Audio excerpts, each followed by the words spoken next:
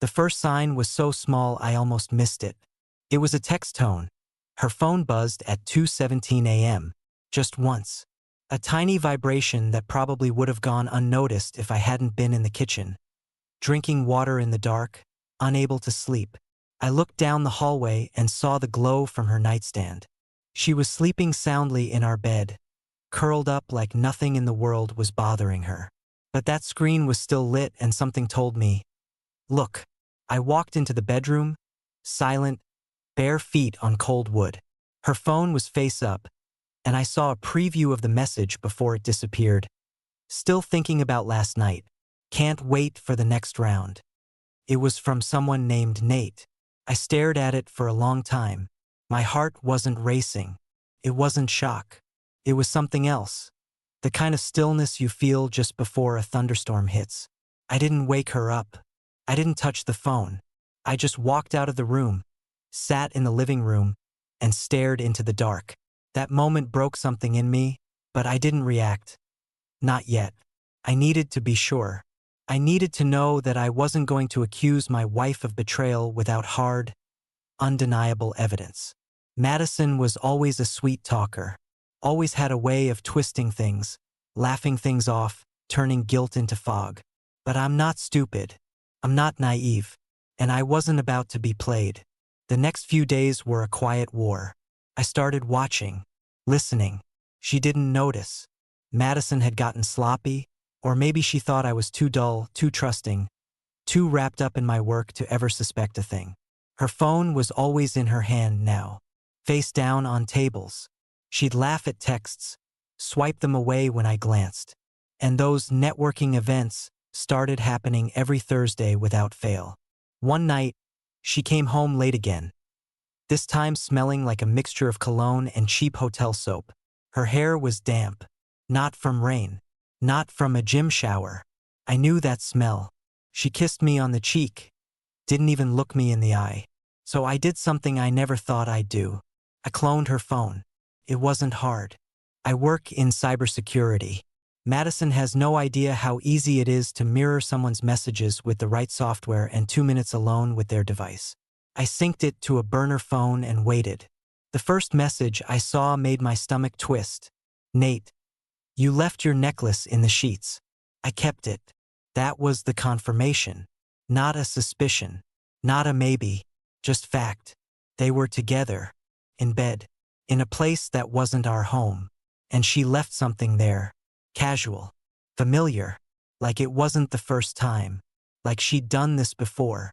And then something snapped. I read more. I read everything. Over 100 threads. Pictures. Jokes.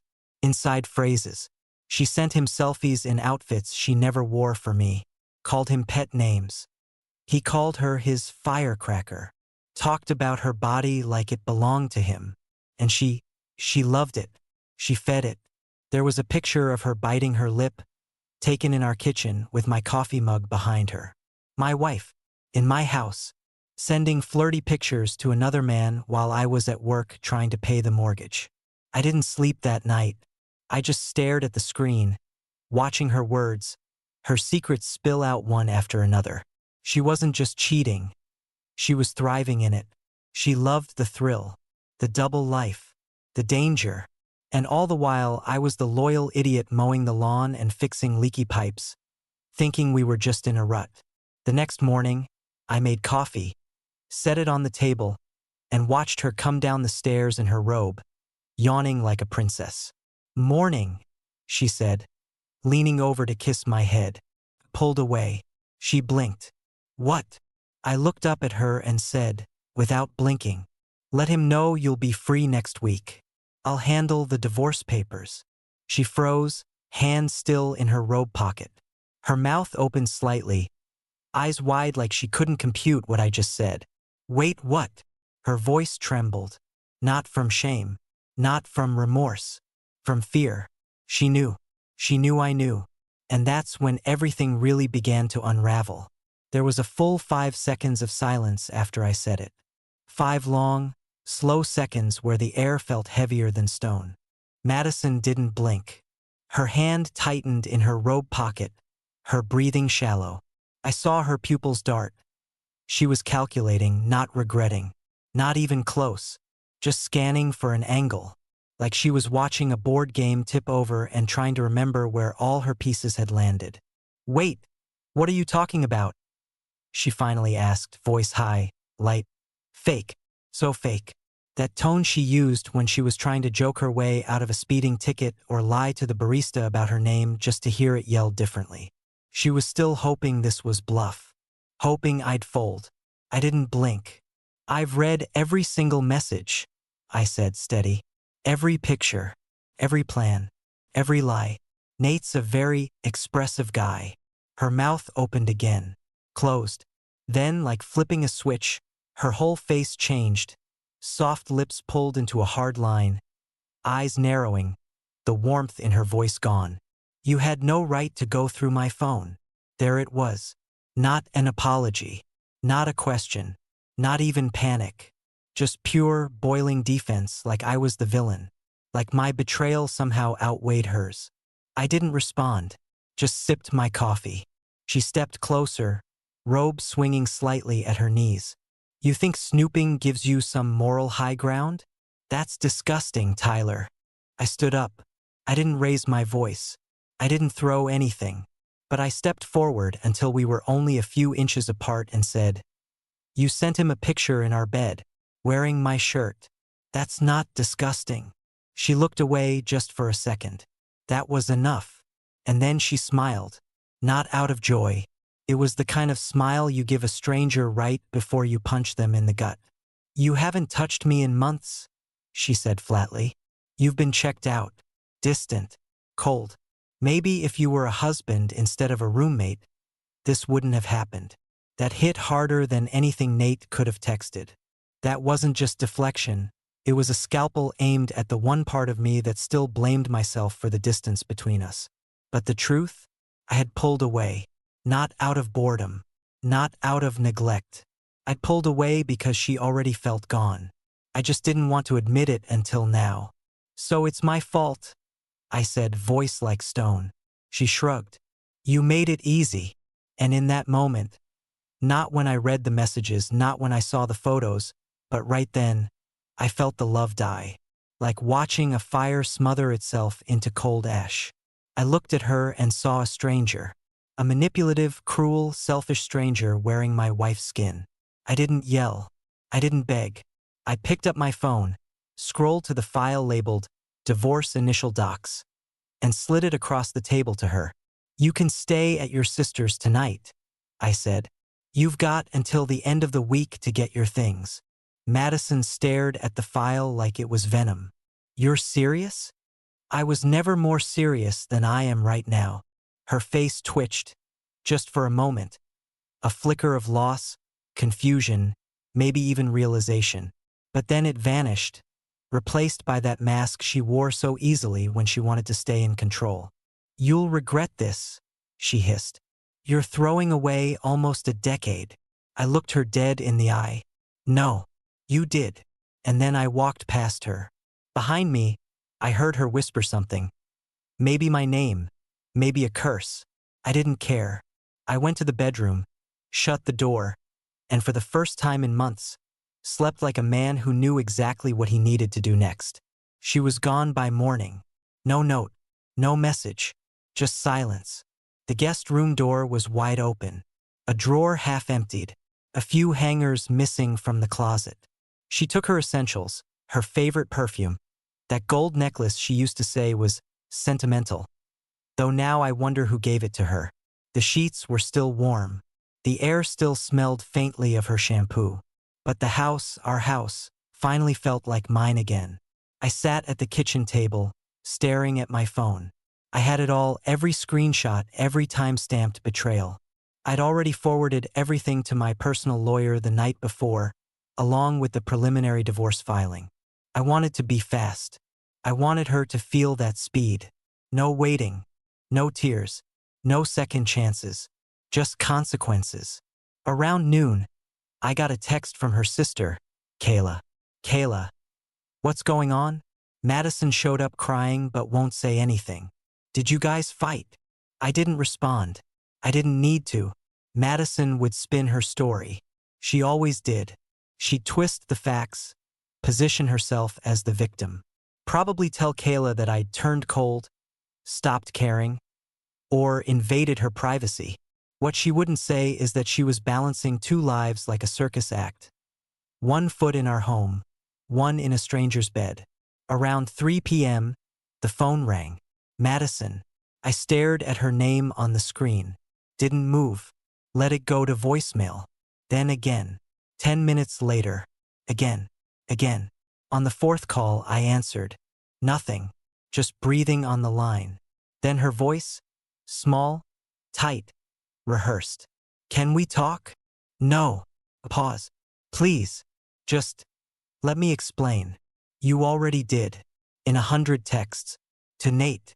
That silence again. Heavy, suffocating. Then she snapped. You think you're some saint? Like you didn't make mistakes. I almost laughed. I didn't crawl into bed with someone else and lie about it for months. Her tone changed. The venom came back, fast and sharp.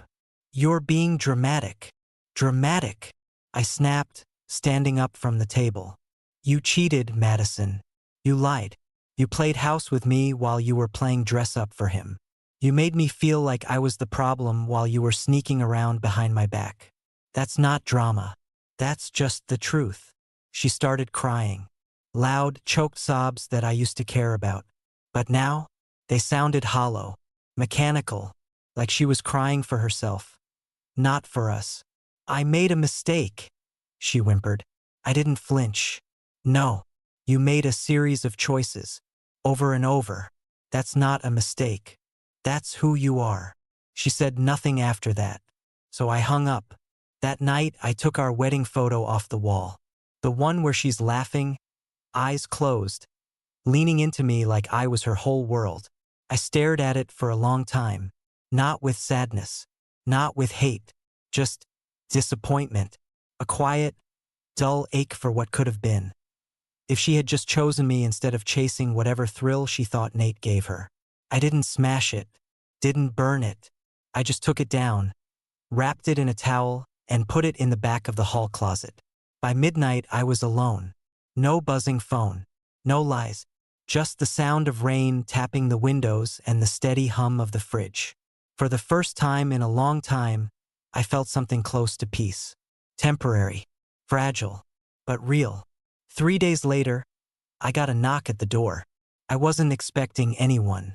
Most of our mutual friends had gone radio silent, probably after Madison started quietly spreading her version of the story. I'd already seen 2 vague Instagram stories from her inner circle, the kind with quotes like, "People don't change, they just get tired of being unappreciated," the usual passive-aggressive fluff. So when the knock came, I half expected a neighbor or maybe a delivery at the wrong address. It was Nate. At first, I didn't recognize him. He looked ordinary. Gray hoodie, smug face, sunglasses still on despite the overcast sky. But then I saw the tattoo on his forearm, the same one in the mirror selfie Madison had saved to her phone. He smiled. "You, Tyler." I stared at him. "Who's asking?" "I'm Nate. I figured we should talk. Man to man." I didn't move, didn't speak. He just stood there like he was expecting an invitation inside. He didn't get one. He shrugged. "Look, man, I didn't know she was married. She told me you two were separated." I laughed. Actually laughed. "That's your defense?" He held his hands up. "I'm not trying to start anything. I just thought you deserved to hear it from me." "You slept with my wife," I said flatly. "What exactly do I need to hear from you?" There was a long pause. Then, unbelievably, he chuckled. "You don't have to be bitter, dude. You're getting out. You should be thanking me." That's when I stepped forward. Just one step. Close enough for him to understand I wasn't bluffing. I kept my voice calm, measured, not loud, which made it hit harder. "If you ever come to my house again, you'll regret it." He smirked like he thought I was joking. But the longer I stared, the faster his grin faded. He backed off the porch, hands in his pockets, muttering something I didn't catch. Probably a final dig. Didn't matter. I watched him walk down the driveway, climb into some dented black sports car, and drive off like he'd just won something. He hadn't. Madison had been texting me constantly since our last call, alternating between rage, guilt, denial, and flattery, the usual cycle of manipulation. Everything from, "I miss you," to "you're overreacting," to "we can still fix this." She even sent me a picture of the cat we adopted last year, sitting on her lap, captioned, "She misses you too." I didn't reply. Instead, I took my time building the documentation. Every message, every image, a timeline of events. My lawyer was efficient, cold, and thorough, just like I needed. A week later, I served her. She wasn't expecting it. She texted me that night, just one line. "So this is really happening?" I didn't answer. I went out that night, alone. Walked into a bar I hadn't stepped foot in for years. Ordered a drink. Just sat there, letting the noise wash over me. For once, I didn't feel like I was suffocating. And then something strange happened. I laughed. Not bitter, not forced, just laughed. Some guy at the next table had told a terrible joke and spilled half his drink on himself. It was clumsy, stupid, human, and real. And for that moment, I remembered what it was like to be outside of the web Madison had spun around my life. I wasn't just a husband anymore. I was a man starting over. A man waking up from a very long, very cruel dream. 2 weeks after I served her, she finally showed up in person. It was a Thursday, early evening. I'd just gotten home from work and was standing in the kitchen, still in my button-up, sleeves rolled up, chopping vegetables like the silence of the house didn't gnaw at me some nights. The doorbell rang once. Short, sharp.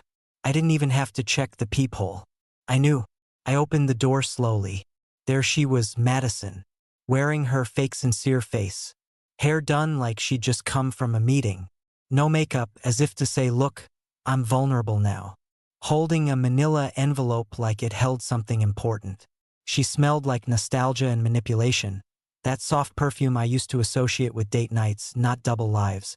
"I just want to talk," she said. I leaned on the doorframe.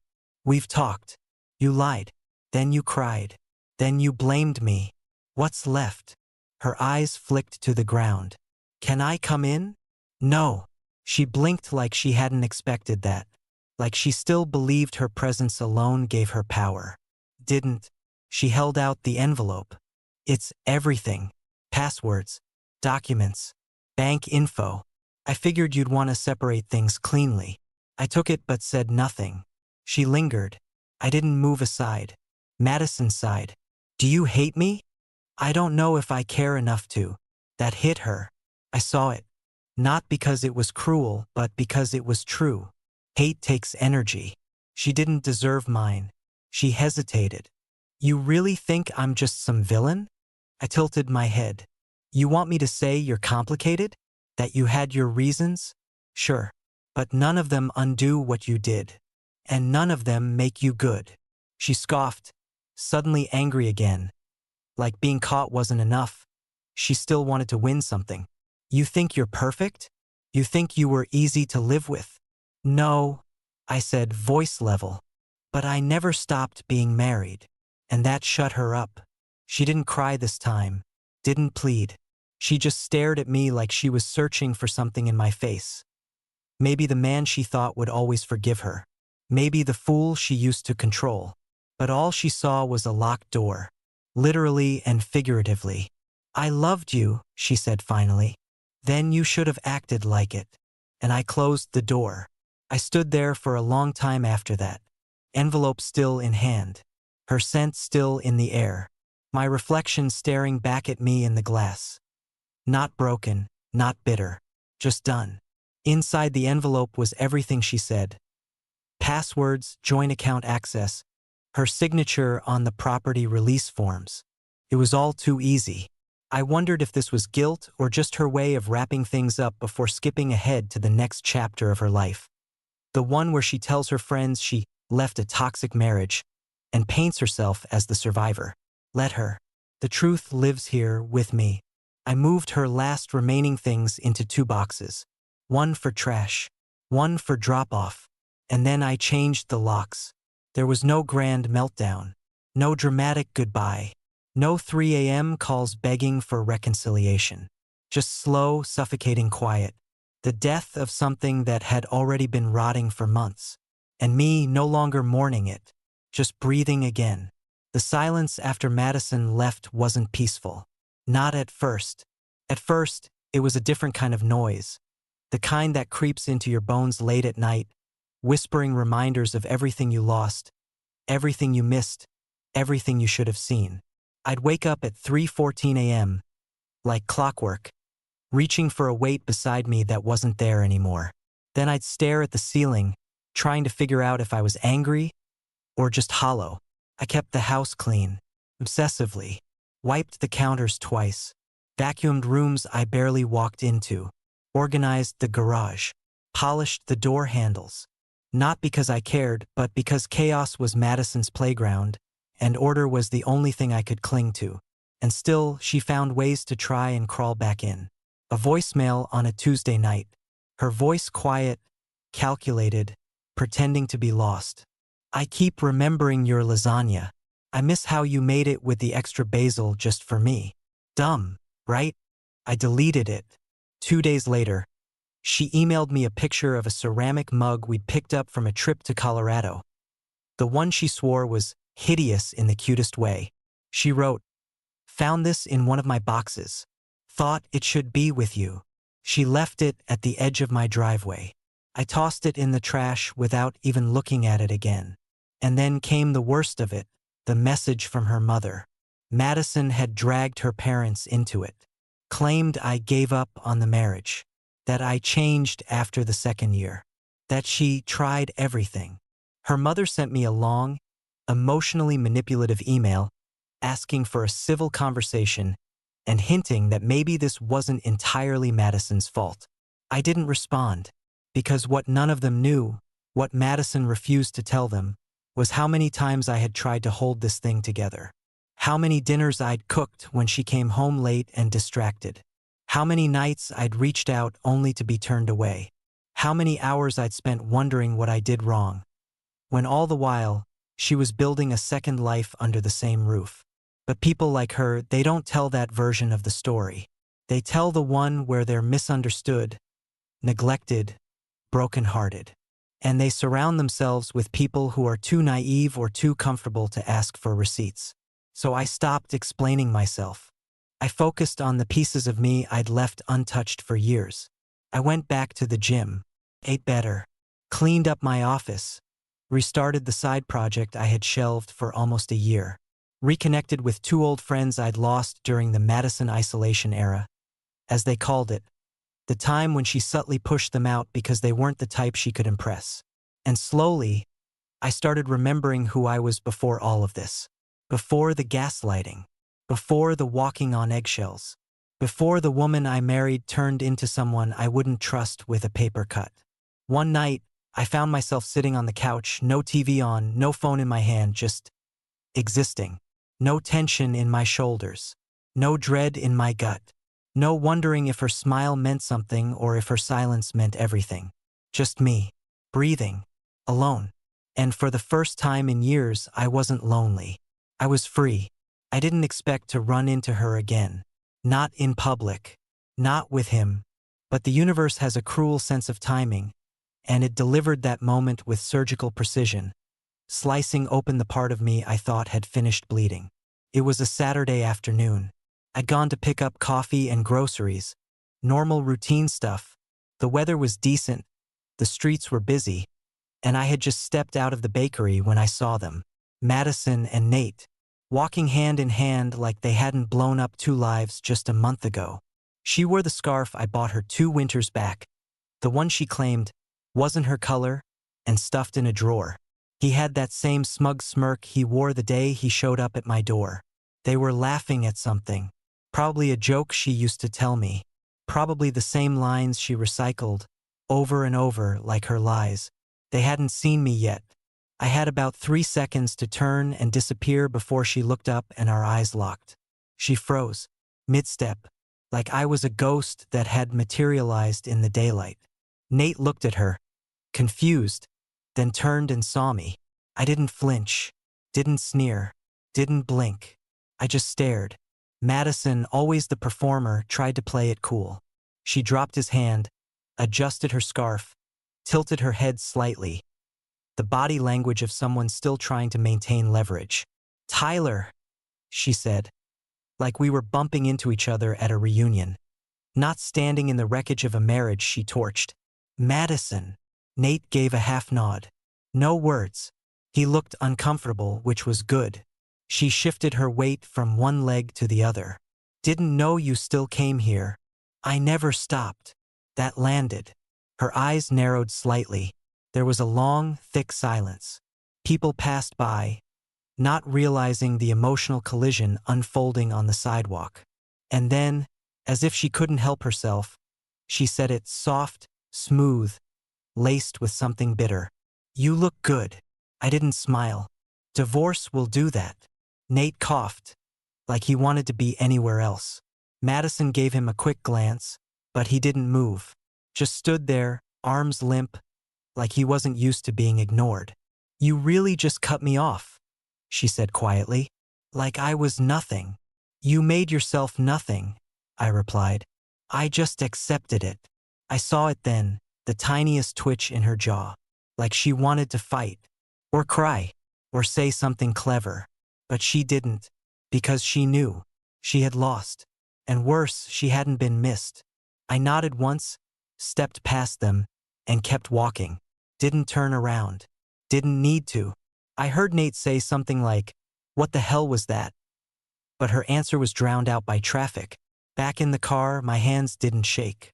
My heart didn't race. There was no replay, no regret, just clarity.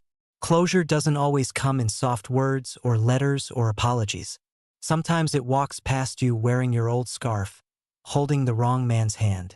And all you feel is relief that it's not your problem anymore. It was around this time that I started to realize something most people never tell you about endings. They're not marked by explosions. They don't come with theme music, or a final monologue, or a last dramatic kiss in the rain. Sometimes they come quietly, with blocked numbers, changed locks, and the absence of someone's toothbrush in your bathroom. It was 3 weeks post-run-in when I received a letter. Not an email, not a text. A physical letter, cream envelope, Madison's handwriting on the front, no return address. She'd always said handwritten words were more real. I opened it. Inside, 3 pages. No apology. No real accountability. Just poetic nonsense dressed as closure. She talked about how confused she had been. How she never meant to fall for someone else. How she had felt invisible for a long time, and Nate made her feel seen. She even wrote, "I wish things could have ended differently." Like she hadn't been the one driving the car into the wall while I was busy fixing the engine. Then came the line that really stood out. "You were always too steady." I thought that was boring. But now I realize it was rare. There it was. The compliment soaked in regret. The backhanded acknowledgement that she threw away something solid for a flicker of chaos. She ended the letter with a suggestion. That maybe one day when things had cooled we could meet. Talk like adults. Not to rekindle, but to reconnect. "I'd like to know who you become after this." I didn't respond. Not out of spite, but because I already knew who I was becoming, and it had nothing to do with her. Every day I found more pieces of myself that had been buried under compromise. I was sharper now, cleaner. I didn't hesitate like I used to. I trusted my instincts. I spoke more directly. I no longer made excuses for people who drained me. I deleted the email accounts we once shared, transferred the last of the car title to my name, changed the emergency contact on my work records, cut the last ties clean. And then I started something new. Not a relationship. Not yet. But I signed up for a course I'd been putting off, product design. Something I used to love before the marriage, before I became the guy who always sacrificed hobbies to be the stable one. I reconnected with my brother. Flew out to see him and his kids. First trip I'd taken in years without someone else dictating the itinerary. And you know what surprised me? How light everything felt. Not perfect, not easy, but light. I started sleeping better. Started noticing things, like how quiet my thoughts had become, how meals tasted better when you weren't swallowing resentment with every bite, how you could walk into your own home and feel peace instead of suspicion. Madison used to say I was too still, that I didn't chase enough. But stillness isn't the absence of motion. It's the presence of control. I wasn't chasing anymore. I was choosing. And every day, I chose distance from the woman who used my loyalty as a doormat. It was mid-September when the divorce finalized. No drama, no courtroom theatrics, just signatures, notarized forms, and one final, quiet transaction between two people who used to share everything. I didn't tell anyone that day. I didn't post about it. Didn't text friends. Just sat on my back porch with a glass of water and watched the sun go down like it was any other evening. But it wasn't, because in that silence, something shifted. Not suddenly, but like a curtain being drawn back after a long winter. A kind of warmth I hadn't felt in years began to seep into me. The weight was gone. Not just the weight of her betrayal, but the weight of her moods, her disapproval, her emotional games. The waiting, the wondering, the bargaining. I had carried it all like a man dragging a broken axle down a dirt road, calling it commitment when it was just quiet suffering. And now, freedom. In the weeks that followed, I did things without thinking twice. I bought a new couch. Not because we needed one, but because I wanted one. Sleek, simple, dark gray. Madison always hated dark furniture. Said it was too masculine. Funny how I'd let her taste define my space for so long. I also got rid of every pillow she'd ever bought. Those decorative ones with sequins and tassels, the kind you can't even lean on without feeling like you're being stabbed. I tossed them into a donation box without hesitation. Felt like exorcising ghosts. One night I went through old photos, not to cry, but to clear them out. Digital albums, vacation shots, birthday dinners, our wedding. I looked at each one and tried to find the moment the lie began.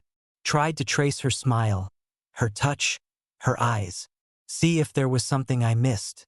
But there wasn't, because the truth is, it didn't happen in one moment. It happened in thousands of small choices, hers and mine. Hers to lie, to hide, to deceive. Mine to ignore, to excuse, to hope. Kept one photo, just one. Not of us, just me. Standing alone on a cliff in Oregon. Back when we took a road trip in year 2. She had taken the photo. I barely remembered the moment, but I looked peaceful, strong, unaware of what was coming. That was the man I wanted to become again. Not the version she tried to shape. Not the man who tiptoed around her moods. Not the one who gave more than he got. Just me, whole. That weekend, I started writing again, nothing major, just short reflections. Journals, notes to myself. A way to process, to file away the chaos. I didn't want to forget what happened. I didn't want to bury it. I wanted to remember every part of it, clearly, cleanly, so I could recognize the signs if they ever showed up again. Because I knew now, betrayal doesn't arrive with warning bells. It creeps in through locked phones, missed calls, and phrases like, "You're imagining things." It wears the face you love and uses your trust as a stepping stone. But when you walk through that fire and come out the other side, you see it all differently. Not with bitterness, but with clarity. And clarity, that's where healing begins. It's been 4 months since the ink dried on the divorce papers. And not once have I looked back wishing it went differently. I think that's the part people don't talk about. How peace doesn't always arrive with a celebration. Sometimes it walks in quietly, settles next to you on the couch, and simply stays. No tension, no games, just stillness. That's how it's been. Every morning now, I wake up without a pit in my stomach. The silence in my home isn't threatening. It's mine. Clean, honest, simple. There's no longer a half-closed bathroom door with whispers behind it. No more texts flipped upside down on a dimmed phone. No more pretending not to notice when she laughs at someone else's joke a little too long. or leaves the room to take a call she pretends isn't important. There's just me, and I've learned to like him again. The final confirmation of everything came not in the form of drama, but in something small, an email. Madison reached out one last time. A 2-line message. Simple. Empty. Hope you're doing well. I'm sorry for everything. I didn't reply, not because I hadn't healed, but because I had. Forgiveness isn't always something you announce. Sometimes it's just the moment you stop needing answers. The moment you stop rereading old messages or replaying arguments in your head. The moment you stop needing the other person to understand what they did, because you finally understand what you deserve. I deserve loyalty. I deserve honesty. I deserve a partner who doesn't weaponize silence or play chess with affection. And she deserves exactly what she chose. A man who knew she was married and touched her anyway. A life built on thrill and pretense. A hollow kind of attention that burns bright but doesn't last. Maybe she'll keep pretending. Maybe she'll keep lying. That's not my burden anymore. I've rebuilt from the wreckage. Piece by piece. New furniture. New routines. New boundaries. And maybe soon new love. But only when I'm ready. And only if it comes with truth, not performance. If I could give one piece of advice to anyone reading this, it's this. Don't let someone stay in your life just because you once pictured a future with them. A future built on fiction isn't worth clinging to. Pay attention to how people treat you when they think you're not paying attention. That's who they are. I thought I had a marriage. What I had was a performance. But now I have something better. Myself. Whole. A little bruised.